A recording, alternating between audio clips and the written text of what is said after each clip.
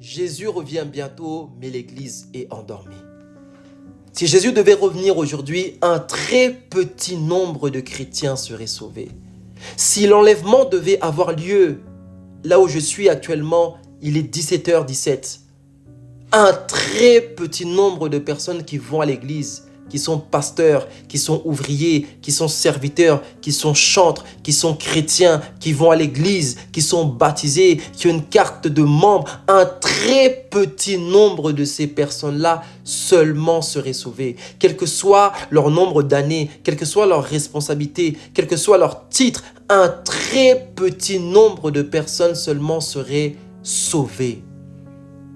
L'Église est endormie et l'Église doit se réveiller. Si Jésus doit revenir aujourd'hui, est-ce que tu as l'assurance d'être sauvé? Est-ce que tu as l'assurance que tu seras enlevé? Est-ce que tu as l'assurance que ton nom est écrit dans le livre de vie? Est-ce que la vie secrète que tu mènes te permettra d'aller au ciel? Est-ce que tu es connu de Dieu? Non pas des hommes, non pas de ton titre, non pas de tes responsabilités, mais est-ce que la vie secrète que tu mènes, est-ce que les sentiments qu'il y a dans ton cœur aujourd'hui te permettront, si aujourd'hui devait avoir lieu l'enlèvement, d'être sauvé? Tout a commencé il y a quelques semaines alors que je préparais la convention des gagneurs d'âmes. Une convention qui avait pour vocation d'équiper les chrétiens à aller gagner des âmes. Parce que Dieu me disait, quand on pense au réveil, l'Église pense aux personnes qui sont à l'extérieur. L'Église pense aux païens. L'Église pense aux personnes qui ne sont pas en contact avec la Bible. L'Église pense aux personnes qui ne sont pas dans l'Église physique en tout cas. Mais Dieu me disait, va dire à mon peuple de se réveiller. Va dire à mon peuple de revenir vers moi. Dieu me disait, prêche sur l'enfer, prêche sur l'enfer, prêche sur l'enfer. Mais je te dis la vérité, toi qui me regardes, je n'ai pas eu le courage de le faire. J'ai été lâche. Je n'ai pas été courageux pour dire à l'Église que si Jésus devait revenir, un très petit nombre de chrétiens seulement seraient enlevés. J'ai eu peur de ce que les gens penseraient de moi. J'ai eu peur d'être jugé, j'ai eu peur d'être rejeté. Mais Dieu m'a repris durement et Dieu m'a donné une série de messages que je dois donner à l'Église pour que l'Église puisse se préparer, pour que l'Église puisse se réveiller. Parce que l'Église actuellement est endormie et l'Église doit se réveiller. Le premier message que j'aimerais donner est une parabole, la parabole des 10 vierges. Se trouve notamment dans Matthieu 25. Quand on parle souvent de cette parabole des 10 vierges, 5 qui étaient sages et 5 qui étaient folles, on stigmatise énormément les 5 qui étaient folles. On dit, regardez, elles étaient vierges, elles allaient à la rencontre de l'époux. Donc on parle bien de chrétiennes, de croyants, parce qu'un païen ne va pas à la rencontre de l'époux. Et souvent elles disent, regardez, souvent on dit, regardez, les vierges folles ont raté l'enlèvement parce qu'elles n'avaient pas d'huile dans leur lampe, ce qui est vrai. Mais regardez Matthieu 25 au chapitre 5, ce que la Bible nous dit. Comme l'époux tardait, toutes, donc quand on dit toutes, les 5 sages et les 5 folles, toutes s'assoupirent et s'endormirent. Au milieu de la nuit, on cria, voici l'époux, allez à sa rencontre. Alors toutes ces vierges se réveillèrent et préparèrent leurs lampes. Frères et sœurs, l'Église est endormie. Et en réalité, même avant de s'endormir, la Bible déclare que l'Église s'était déjà assoupie. Donc le message du réveil n'est pas un message qu'on doit simplement prêcher pour les 5 folles. N'est pas un message qu'on doit prêcher simplement pour les personnes qui sont à l'extérieur de l'Église. N'est pas un message qu'on doit prêcher simplement pour les païens. N'est pas un message qu'on doit prêcher pour simplement ceux qui commettent des graves péchés. Mais le réveil de l'Église, Dieu m'a dit, le message, du réveil doit être prêché dans l'Église, doit bénéficier dans un premier temps à l'Église parce que l'Église s'est assoupie et parce que l'Église s'est endormie.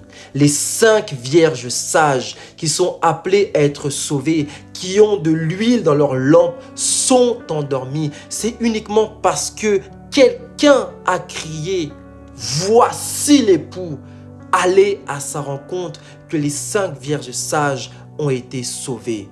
Et Dieu m'a dit, va dire à mon peuple de revenir vers moi. Va dire à mon peuple d'arrêter d'être tiède. Va dire à mon peuple d'arrêter de regarder à son statut. Va dire à mon peuple d'arrêter de regarder à ses responsabilités. Va dire à mon peuple de regarder aux offrandes, aux dîmes qu'il donne. Va dire à mon peuple d'arrêter de se séduire lui-même.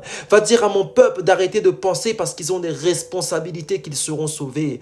Va dire à mon peuple qu'il doit se réveiller. Va dire à mon peuple qu'en termes de salut, c'est rarement la majorité qui l'emporte. À l'époque de Noé, la Bible nous dit que la terre était remplie de méchanceté, que la terre était remplie de péché, que les hommes s'étaient détournés de Dieu, que Noé, un homme juste, a trouvé grâce aux yeux de Dieu, et que Noé et 7 personnes de sa famille seulement, c'est-à-dire 8 personnes, 8 personnes ont été sauvées. À l'époque de Noé, si on parle du salut, seulement 8 personnes ont été sauvées. Sur toute la création, seulement 8 personnes ont été sauvées. Est-ce que si c'était toi, est-ce que si c'était moi, nous ferions partie de ces 8 personnes?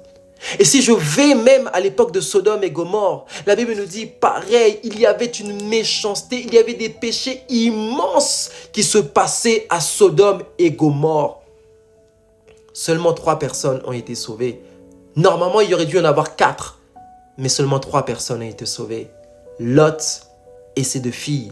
Sur toutes ces villes de Sodome et Gomorrhe, uniquement 3 personnes ont été sauvées. Et si c'était toi et moi, est-ce qu'on ferait partie de ces 3 personnes? Et si aujourd'hui on devait parler du peuple élu de Dieu, le peuple que Dieu s'est choisi, le peuple d'Israël, sur cette multitude d'Israélites qui sont sortis d'Égypte, sans compter les femmes et les enfants, sur cette multitude, uniquement 2 personnes ont été sauvées, Josué et Caleb. Tu vois que bibliquement parlant, quand on parle du salut, ce n'est pas la majorité qui l'emporte. Dieu est amour, mais Dieu est justice. Frères et sœurs, toi qui te dis chrétien, là je ne parle pas des païens, je ne parle pas des personnes qui ne connaissent pas Dieu, je ne parle pas des personnes qui ne sont pas en contact avec l'Église, mais je te parle à toi, je me parle à moi-même. Il est temps de nous réveiller. Il est temps de fuir le péché. Il est temps de sortir de la religiosité. Il est temps de sortir de nos vies cachées. Il est temps de sortir de la séduction. Il est temps de sortir des choses qui plaisent à la chair. Parce que Jésus revient bientôt.